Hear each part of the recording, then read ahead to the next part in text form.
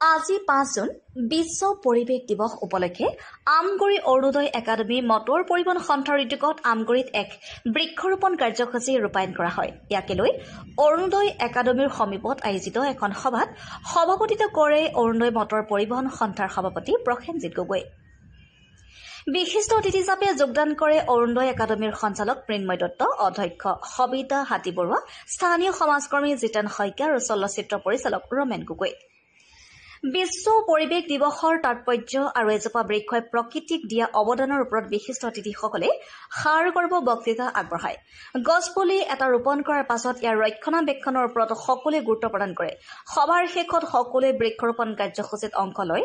Orunodoi motor পৰিবহণ সন্থাৰ সম্পাদক জগত নেওগে আঁঠুৱা সভাখনত সন্থাৰ সকলো সদস্যৰ লগতে স্থানীয় বহু ব্যক্তি উপস্থিত থাকে।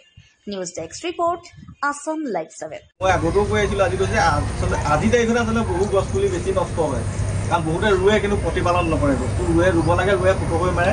কিন্তু মই জ্বলন্ত উদাহৰণ দিছোঁ, অলপ আগত মই ফুটকৈ মাৰিছোঁ।